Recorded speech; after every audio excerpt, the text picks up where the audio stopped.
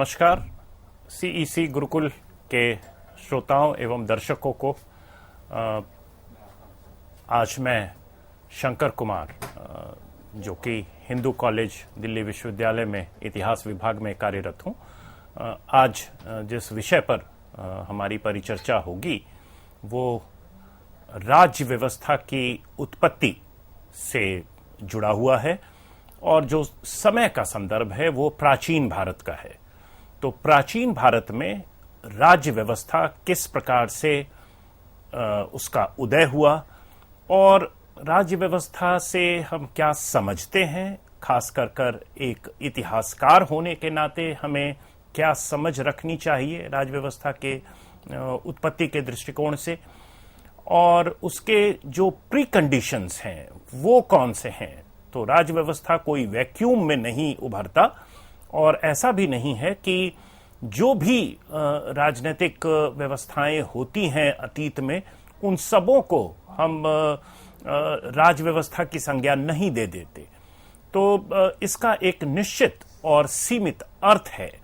तो उसको समझने की जरूरत है, जिसे हम कहते हैं कि स्टेट फॉर्मेशन। और अगर इस बात की ओर हम चर्चा करें तो हम पाते हैं कि हमें भारतीय इतिहास के सबसे पहले के काल में उसकी समीक्षा करें, जिसे हम प्री हिस्ट्री कहते हैं। तो प्रागैतिक काल इतिहास में भी अगर हम देखें कि हमें किस प्रकार के प्रमाण मिलते हैं और क्या उन प्रमाणों के आधार पर हम राज्य व्यवस्था की परिकल्पना कर सकते हैं, क्या वहां राज्य व्यवस्था व्याप्त रही होगी, तो इन सभी चीजों के ऊपर आज की चर्चा होगी। और फिर इतिहास में जैसे हम समय के क्रम में आगे बढ़ते हैं, यानी वर्तमान की तरफ बढ़ते हैं, तो अलग अलग काल विशेषों में, और जैसा कि आप अपने स्लाइड पर देख सकते हैं, जो एक conceptual understanding of state in history, तो इसकी चर्चा करने के पश्चात हम देखेंगे कि प्री हिस्टोरिक संदर्भ में, प्रागैतिक काल संदर्भ में क्या हम इसे लोकेट कर पाते हैं, क्या हम इसकी प्रेजेंस को देख पाते हैं प्री हिस्टोरिक कॉन्टेक्स्ट में। अगर नहीं तो उसके बाद का जो काल है, सिविलाइजेशनल कॉन्टेक्स्ट ऑफ हड़प्पा, हम सभी जानते हैं कि जो हड़प्पा काल है वो लगभग 2500 ईसा पूर्व से लेकर 1700 या 1800 ईसा पूर्व तक व्याप्त था। तो वहां हालांकि लिखित कोई स्रोत हमें उपलब्ध नहीं है, जो भी लिखित अंकित है उसे हम लोग अभी तक संतोषजनक तरीके से पढ़ नहीं पाए हैं। तो क्या वैसी व्यवस्था में हम राज्य के होने की या राज्य व्यवस्था के होने की परिकल्पना कर सकते हैं, और अगर कर सकते हैं तो उसके कारण कौन से हैं और उसकी विशिष्टताएं कौन सी हैं, किस प्रकार की राज्य व्यवस्था रही होगी, इसकी चर्चा हम लोग करेंगे। और इसके बाद मैं एक शुरुआत में आपको सारे जो बुलेट पॉइंट्स हैं इस परिचर्चा की उससे अवगत करा दूं। इन मुख्य बिंदुओं पर ही यह चर्चा टिकी हुई है। उसके पश्चात हम लोग कल्चर और सिविलाइजेशन के डिफरेंस को समझने की कोशिश करेंगे, और ये काफी महत्वपूर्ण है। यानी एक इतिहासकार कैसे संस्कृति और सभ्यता को भिन्न तरीके से देखता है, इसमें कोई वैल्यू लोडेड कुछ मसला नहीं है। अक्सर हाँ हम लोग ऐसा मानते हैं कि कल्चर और सिविलाइजेशन को एक ज्यादा उसे पुरस्कृत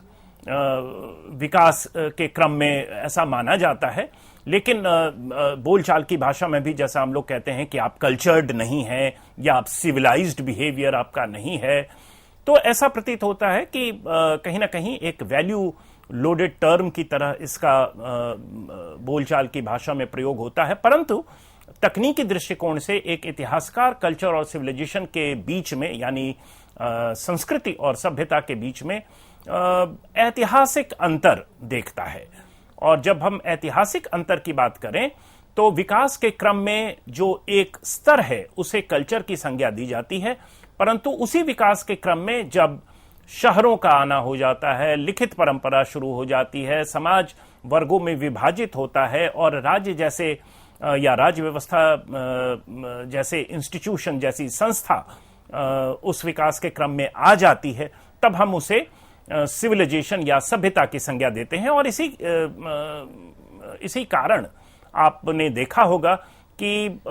जब भी हम हड़प्पा की बात करते हैं तो हड़प्पा के लिए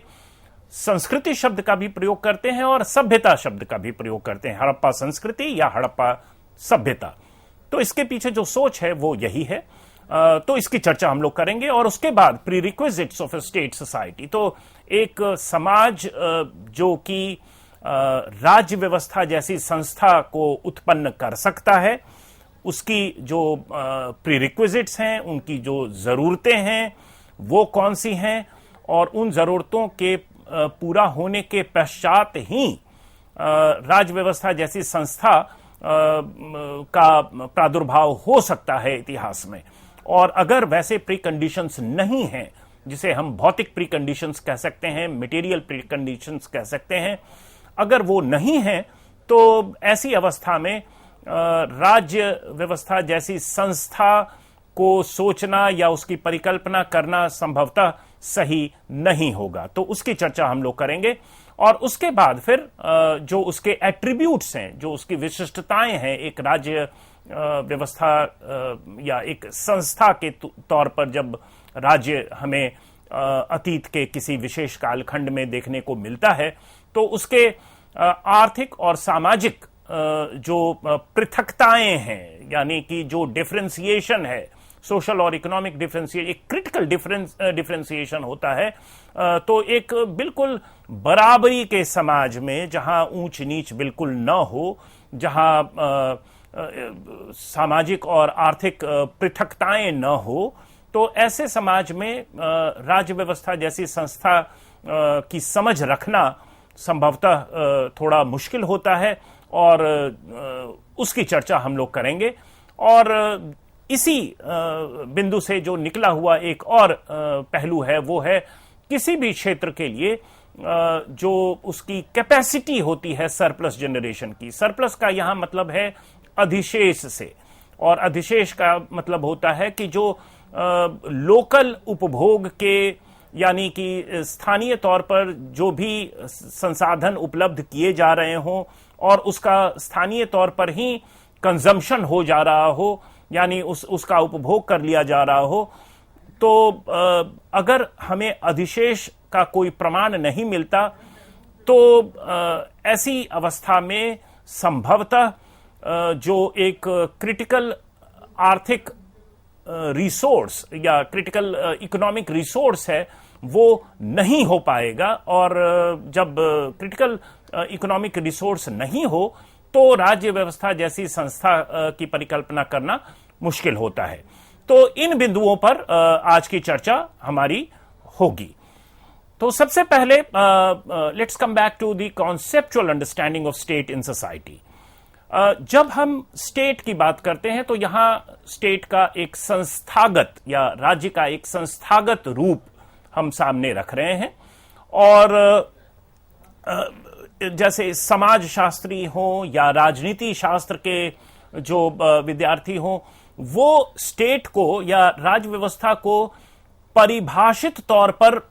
समझने की कोशिश करते हैं। और परिभाषा को वो पहले रखते हैं कि एक राज्य का मतलब होता क्या है, और राज्य व्यवस्था के एट्रीब्यूट्स क्या हैं, उसकी विशिष्टताएं क्या हैं। और वो अगर हमें नहीं किसी कालखंड में मिलते हैं अतीत में, तो हम कहते हैं कि ये प्री स्टेट सोसाइटी है। परंतु इतिहास में हम लोग परिभाषा पहले नहीं रखते किसी भी संस्था की, बल्कि जो भी सोर्सेज हैं, जो भी उसके स्रोत हैं इतिहास की पुनर्रचना के, उनको देखकर हम यह संभावना तलाशते हैं कि क्या सीधा कोई प्रमाण हमें मिलता है उस तरह के रेफरेंस का।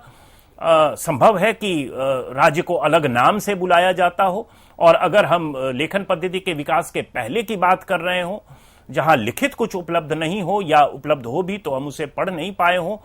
तो भी क्या उस प्रकार की व्यवस्था की परिकल्पना की जा सकती है, जो भी हमें देखने को मिलता है कि क्या वो किसी एजेंसी के द्वारा, किसी कम्युनिटी एजेंसी के द्वारा, जिसका अच्छा खासा विस्तार हो, क्या वो रेगुलेट हो रहा है? क्या वहां की व्यवस्थाएं या जो लोग वहां कंज्यूम कर रहे हैं, जो एवरीडे लाइफ है, जो उसके क्रिटिकल रिसोर्सेज हैं कंजम्पशन के या सर्वाइवल के लिए, जो महत्वपूर्ण सामग्री है या रिसोर्सेज हैं, वो क्या कहीं से मुहैया करवाए जा रहे हैं और निरंतर रूप में करवाए जा रहे हैं? उसकी वॉल्यूम क्या है? उसकी बारंबारता क्या है? What is the frequency of procuring those materials? It could be capital resource, it could be human resource, it could be anything, it could be agrarian resource, it could be military resource. तो इस तरह के जो संसाधन हैं उसका कौन मुहैया करवा रहा है और उसके पास वैसे कौन से जिसे हम कहते हैं एपरेटस उपलब्ध हैं जिसके माध्यम से यह मुहैया करवाया जा रहा है? क्या उसमें किसी चीज को संग्रहित कर रखने की कोई व्यवस्था है या नहीं? तो जो सिविक एमिनिटीज जिसे हम कहते हैं किसी शहर के लिए या ग्रामीणीकृत व्यवस्था हो तो उसके लिए भी, तो क्या कोई ऐसी रेगुलेटिंग एजेंसी की हम परिकल्पना कर सकते हैं? अगर उसका सीधा प्रमाण भी न हो तो भी, तो क्या अगर इस तरह की बातें सामने आती हैं किसी कालखंड के लिए अतीत में, तो हम राज्य व्यवस्था के होने या न होने की बात को या तो नकार सकते हैं या नहीं तो उसकी संभावनाओं की तरफ अंकित कर सकते हैं। तो जैसा कि आप देख रहे हैं, पहला बिंदु जो हमारे डिस्कशन का वो प्री हिस्टोरिक कॉन्टेक्स्ट है, और प्री हिस्टोरिक कॉन्टेक्स्ट का मतलब ही यही है कि उस समय जिसे हम इतिहास में पेलियोलिथिक, मेसोलिथिक और नियोलिथिक कल्चर्स के नाम से जानते हैं, तो परिभाषा के तौर पर ही प्री हिस्ट्री को वैसे कालखंड के तौर पर माना जाता है जब विकास के क्रम में हमें कोई सीधा प्रमाण न मिलता हो लेखन पद्धति के होने का, या समाज के अलग अलग तबके का पृथक होना, यानी जो स्ट्रैटिफिकेशन है वो अगर नहीं हुआ हो, और जिसे हम कहते हैं कि क्लास या वर्ग विहीन समाज अगर रहा हो, या शहरों का आगमन नहीं हुआ हो, तो शहर के तौर पर अगर हमें कोई बसावट पद्धति इत्यादि नहीं मिलता हो, तो ऐसी अवस्थाएं जो होती हैं विकास की या मानवीय अतीत की, उसे हम प्री हिस्ट्री की संज्ञा देते हैं। और अगर प्री हिस्टोरिक सेटलमेंट्स को देखें, चाहे वो पेलियोलिथिक, मेसोलिथिक या नियोलिथिक भी हो, जब खेती की शुरुआत हो चुकी थी, जब पशुपालन की शुरुआत हो चुकी थी, जब मनुष्य एक निश्चित जगह पर लंबे अवधि के लिए घर बनाकर रहता था, तो ऐसी जो सामाजिक और आर्थिक कॉन्टेक्स्ट है उसमें भी अगर हम राज्य व्यवस्था जैसी संस्था के होने को तलाशें तो बहुत ज्यादा हमें प्रमाण उसके मिलते नहीं हैं। और निश्चित है कि जब एक कम्युनिटी एक क्रिटिकल जनसंख्या के साथ, एक निश्चित जनसंख्या के साथ कोई बसावट बनाया हुआ हो और उनकी एक बसावट पद्धति हो, उसमें कुछ लोग रह रहे हो, तो जो पुरातत्ववेत्ता हैं वो आकलन करते हैं कि कितनी पॉपुलेशन रही होगी एक सेटलमेंट की। एक सेटलमेंट से दूसरा सेटलमेंट कितना दूर है। तो अगर नवपाषाणीय संस्कृति की बात कर रहे हैं तो उसे प्लॉट किया जाता है किसी इलाके में कि एक साइट से दूसरा साइट कितना दूर है, उस साइट की जनसंख्या कितनी रही होगी, कितने लोग वहां बसते होंगे लंबे अवधि के लिए। और चूंकि खेती और पशुपालन की शुरुआत बिल्कुल उसी समय लगभग होती हुई दिखती है, तो हम ऐसा नहीं मान सकते कि बहुत सघन खेती या पशुपालन हो रहा होगा। तो अधिशेष संग्रह कितना हमें दिख पाता है उस सेटलमेंट से, उसके पुरातात्विक जो उत्खनन होते हैं उसमें किस प्रकार के प्रमाण मिलते हैं हमें अधिशेष की, और उससे यह अंदाजा लगाते हैं क्या भंडारण का कोई विशेष व्यवस्था है, और जो मटेरियल स्ट्रेटम है, जो भौतिक अवस्था है उस साइट की, वो कितनी विकसित है, उसमें कितने संसाधन लगे हुए हैं, जो वेपनरी है या जो घर हैं या बाकी जो सामान हमें पुरातात्विक उत्खनन में मिलते हैं वो किस किस्म के हैं और उसकी जो मटेरियल रिचनेस कितनी है, और उसके आधार पर हम यह अंदाजा लगाते हैं कि कितना अधिशेष यह समाज, यह समुदाय अपने लिए बना रहा होगा या अपने लिए रख पाता होगा। और जब इस बात की हम लोग परिचर्चा करते हैं भारतीय इतिहास में प्री हिस्टोरिक कॉन्टेक्स्ट में, तो मैं निश्चित रूप से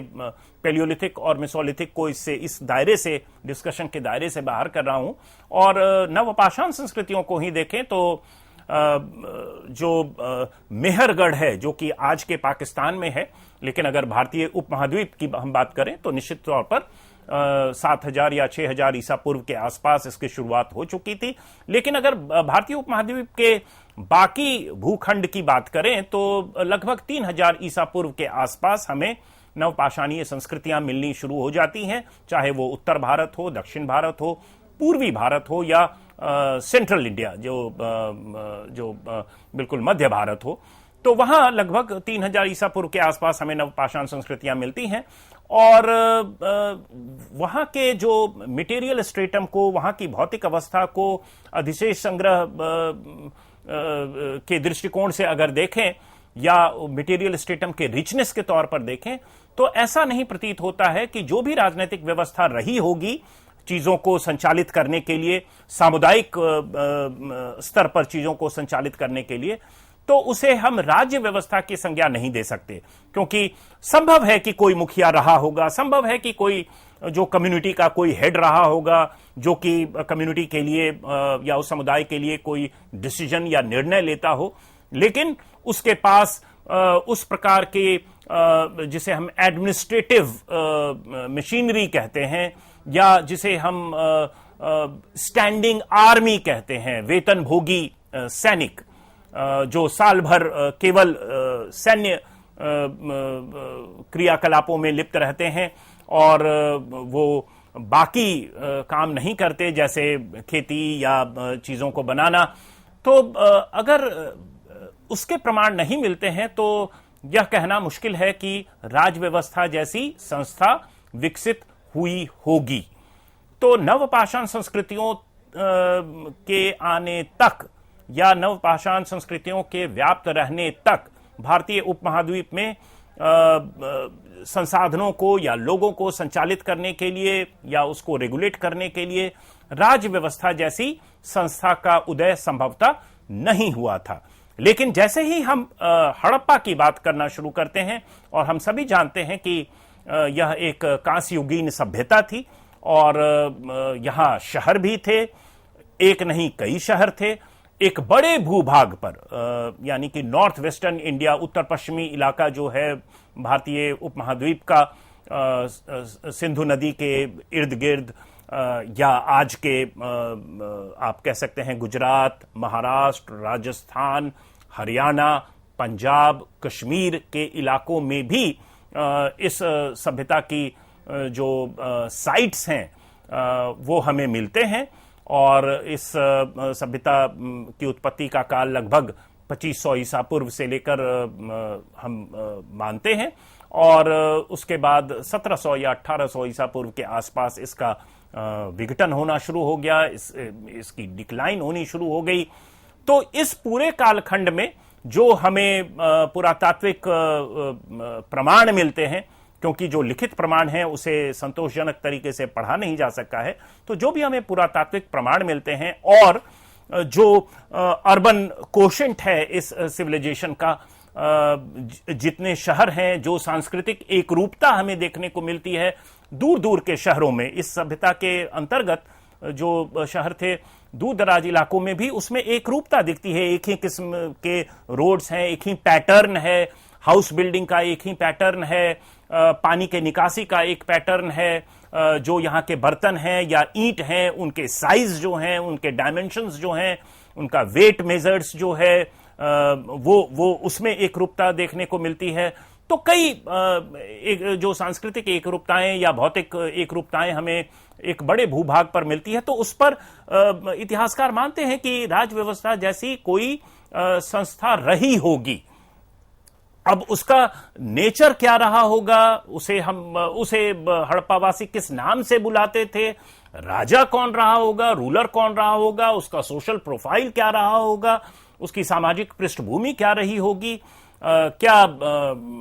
कोई जैसे बाद के काल में हम देखते हैं कि जाति व्यवस्था या वर्ण व्यवस्था के दृष्टिकोण से एक विशेष जाति या वर्ण को राजा होने का श्रेय पारंपरिक तौर पर दिया जाता था, तो क्या इस प्रकार की कोई व्यवस्था रही होगी? तो इसके ऊपर अभी तक इतिहासकार कुछ सीधे तौर पर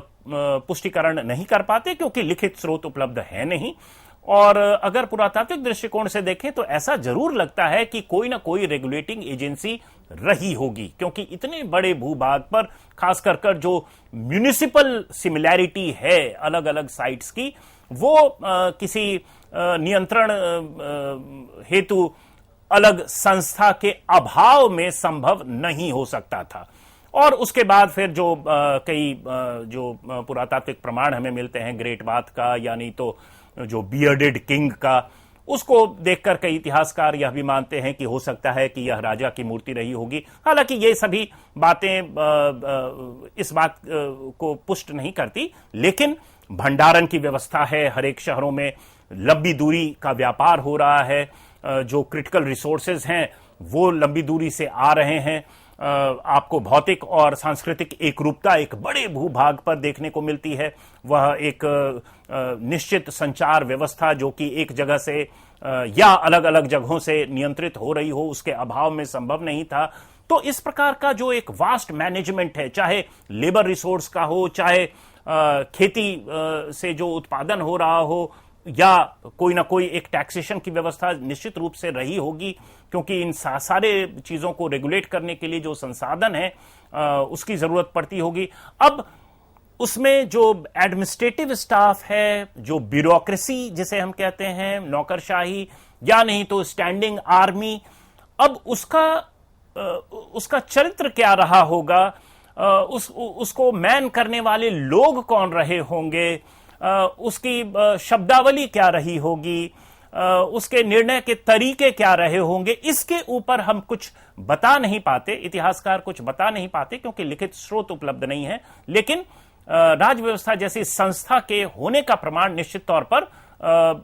ऐसा हड़प्पा से हमें सफिशिएंटली मिलता है, तो इसकी परिकल्पना निश्चित रूप से हम करते हैं। वैसे ही शुरू के भाग में मैंने आपको संस्कृति और सभ्यता का फर्क बताया था एक इतिहासकार के दृष्टिकोण से, और जैसा हम देख सकते हैं कि हड़प्पा के लिए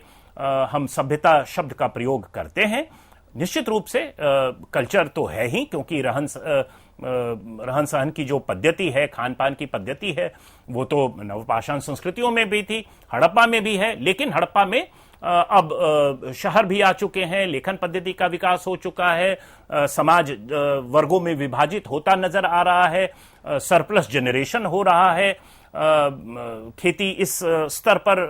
विकसित हो चुका है कि लोग अधिशेष उत्पादन कर रहे हैं और उसका भंडारण भी किया जा रहा है। और इसके फलस्वरूप हम देखते हैं कि ग्रेट ग्रेनरीज हैं इंपॉर्टेंट टाउन्स और सेंटर्स में हड़प्पा के। तो वैसे आप देख सकते हैं कि जो एक प्रीरिक्विजिट है स्टेट सोसाइटी की, वो सभी लगभग सेटिस्फाई होते नजर आते हैं हमें हड़प्पा के इतिहास में। और इसी का आप अपनी स्लाइड पर देख सकते हैं कि जो कैपेसिटी ऑफ सरप्लस जनरेशन है या इकोनॉमिक और सोशल डिफरेंशिएशन है, वो काफी हद तक हो चुका है हड़प्पा के समय तक। तो इसके पश्चात जो एक ब्रेक है और फिर